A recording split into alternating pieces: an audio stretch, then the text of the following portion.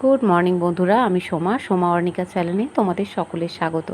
আশা করি তোমরা সবাই ভালো আছো, আমিও খুব ভালো আছি।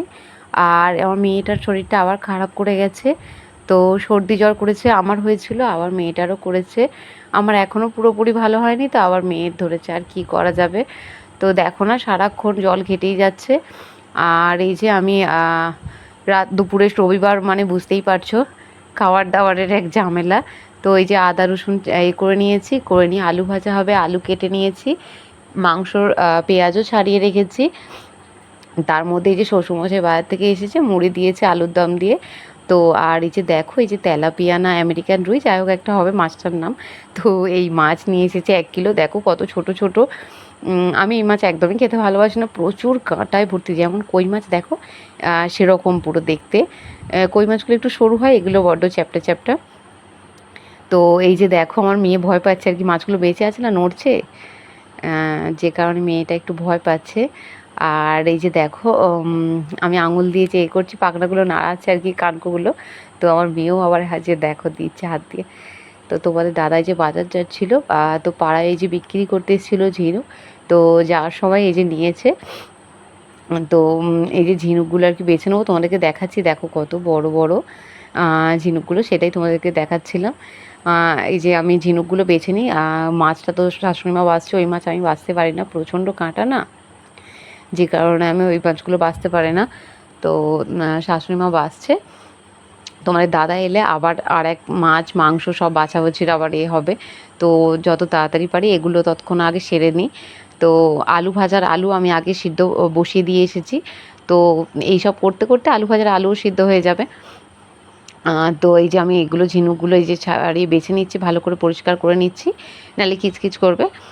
তো এগুলো বেছে নিয়ে তারপরে আমি আবার রান্না করতে চলে যাব, কারণ তোমাদের দাদা মুড়ি খেয়ে যায়নি বাজার। তো তোমাদের দাদা বাজার থেকে এলে তাকেও আবার মুড়ি খেতে দিতে হবে, আর রান্না বান্নারও আবার বুঝতেই পারছো। আর রবিবার মানে সবাই একটু তাড়াতাড়ি খায়। আর এই যে দেখো, শাশুড়িমার মাছ বাছাও হয়ে গেছে, এই যে বটিটা ধুয়ে নিয়ে তারপরে এই যে মাছ ধুচ্ছে। আর এই মাছগুলো না এত বেশি কাঁটা, একবার আমি কাটছিলাম আমার হাতে ফুটে গিয়েছিল, মানে সেই থেকে আমি আর ভয়ে এই মাছগুলো আর কাটতে চাই না। আর এগুলো ছোট আছে, আমি যেগুলো নিয়ে এসেছিলো না সেগুলো বড় ছিল, মানে এক একটা প্রায় 500 কাছাকাছি ওজন হবে, ওরকম বড় মাছ ছিল। তো আমি কাটতেই পারিনি, মানে এতটাই বড় বড় কাঁটা না, সেই কি বলবো, আর কাটতেই পারিনি, আমার হাতে ফুটে গিয়েছিল, মানে রক্ত বেরিয়ে গিয়েছিলো, সেই থেকে ভয়ে আর এই মাছগুলো আমি আর কাটতে চাই না। এই যে শাশুড়িমার মাছ ধোয়া হয়ে গেছে, আর আমারও এই যে হয়ে গেছে ঝিনুকগুলো করা। কত দেখো, এই যে চুবড়ির মধ্যেগুলোই মানে নেওয়া হয়েছে, রান্না হবে, আর বাদবাকিগুলো ফেলা। আর এই যে দেখো, তোমাদের দাদা এই যে কাটাপোনা মাছ নিয়ে এসেছে, সেটাও শাশুড়িমা করে দিয়েছে। তো নুন মাখিয়ে রেখেছিলাম, এই যে ফ্রিজে ঢোকাবো সেই জন্যই বের করেছি। তো এই যে এই তেলাপিয়া মাছগুলো সবাই 1 পিস করে খাবে বলছিল, তো এগুলো 1 পিস করে ভেজে দিয়েছিলাম। তারপরে মাংসটা হবে। আর এই যে ঝিনুকের ঝালটা হয়ে গেছে, 1 পিস চেখে দেখেছিলাম, দারুণ হয়েছে, মানে যাকে বলে পুরো স্পাইসি, মানে ঝাল ঝাল হয়েছে। তো তারপরে যে মাংসের সব জোগাড় যন্ত্রই তো করেই ফেলেছি। তো আমার শরীরটা খুবই খারাপ লাগছিল, যে কারণে আর মাংসটা আর আমি করতে পারিনি। এই যে আলু ভেজে মাংসটা নুন হলুদ দিয়ে ভাজছিলাম। আর তারপরে এতটাই শরীরটা আবার খারাপ করছিল যে তোমাদের দাদা আবার মাংসটা করলো, তাকে সব জোগাড় করে দিয়েছিলাম, করে দিতে তোমাদের দাদাই মাংসটা সেদিনকে করেছে রবিবার।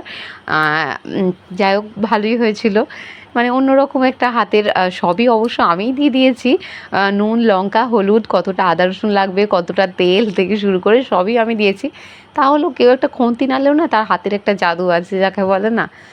তো মাংসটা সত্যিই খুব সুন্দর খেতেও হয়েছিল।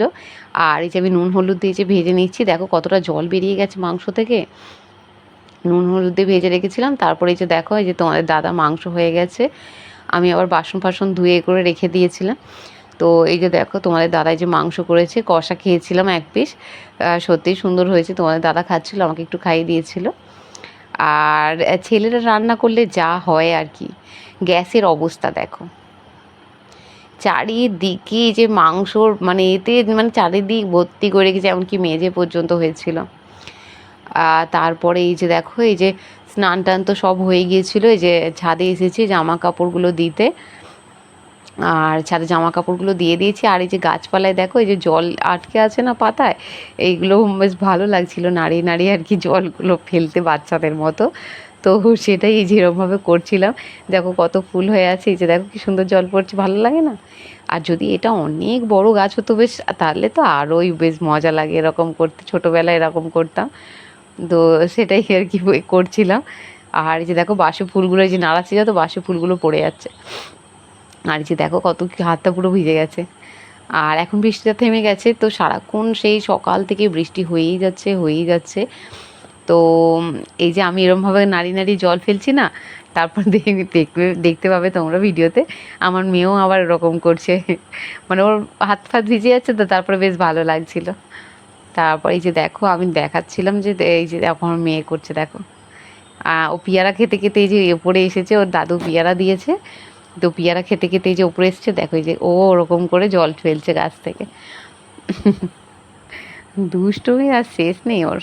এই যে আমি আবার বলছি এই গাছগুলো থেকে ফেলে, এইগুলো আমি ফেলিনি, ওখানে গাছগুলো থেকে জল পড়ছিল না তো।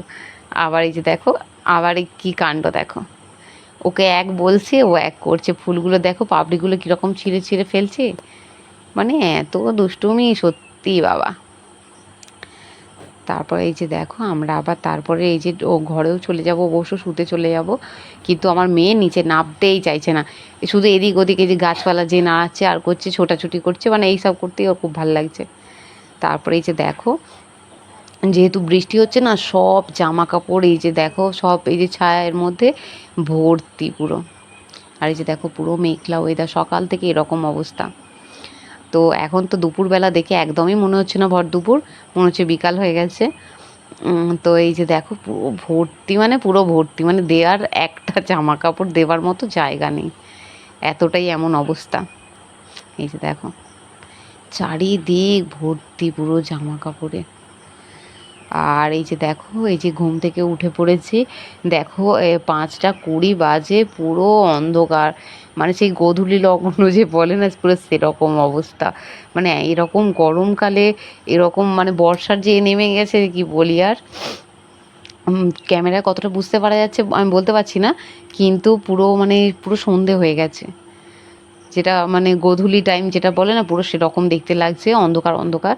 তো এই যে দেখো তোমাদেরকে সেটা শেয়ার করছিলাম, তার মধ্যে আমার মেয়ে দেখে যে উঠে বসে পড়েছে।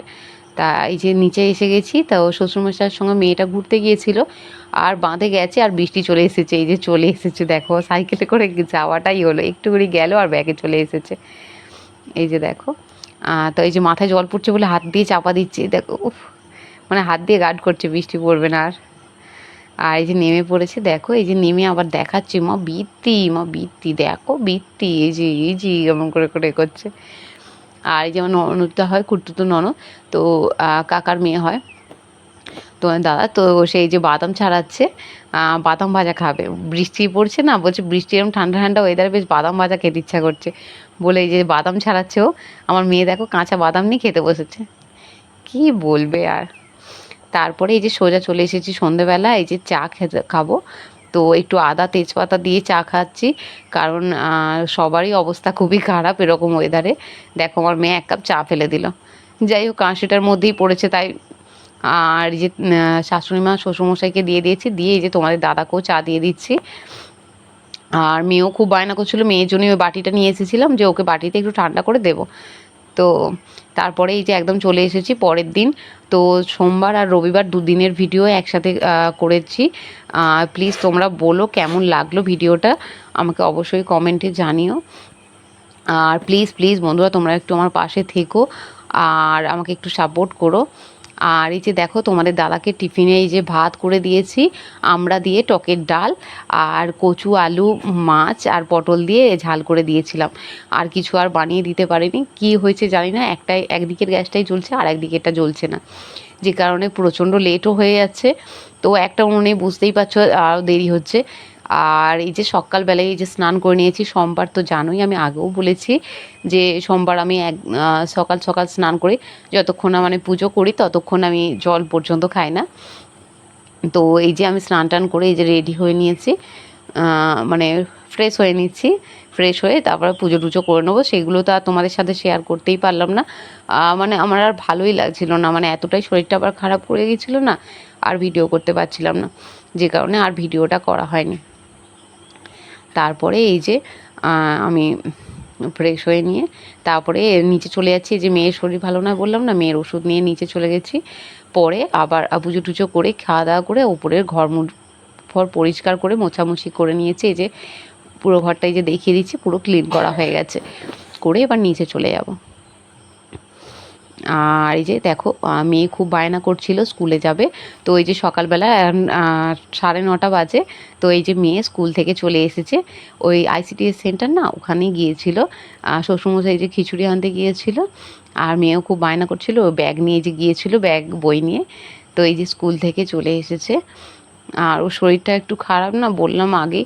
তো জ্বর এসেছে, যে কারণে আরোই চলে এসেছে, কান্নাকাটি করছিল, স্কুলে থাকছিল না। তো এই আসতে জিজ্ঞাসা করছি যে স্কুলে কি পড়লে? তো আবার বলছে মা অ্যাপেল, কাউ এইসব বলতে বলতে এই যে যাচ্ছে দেখো।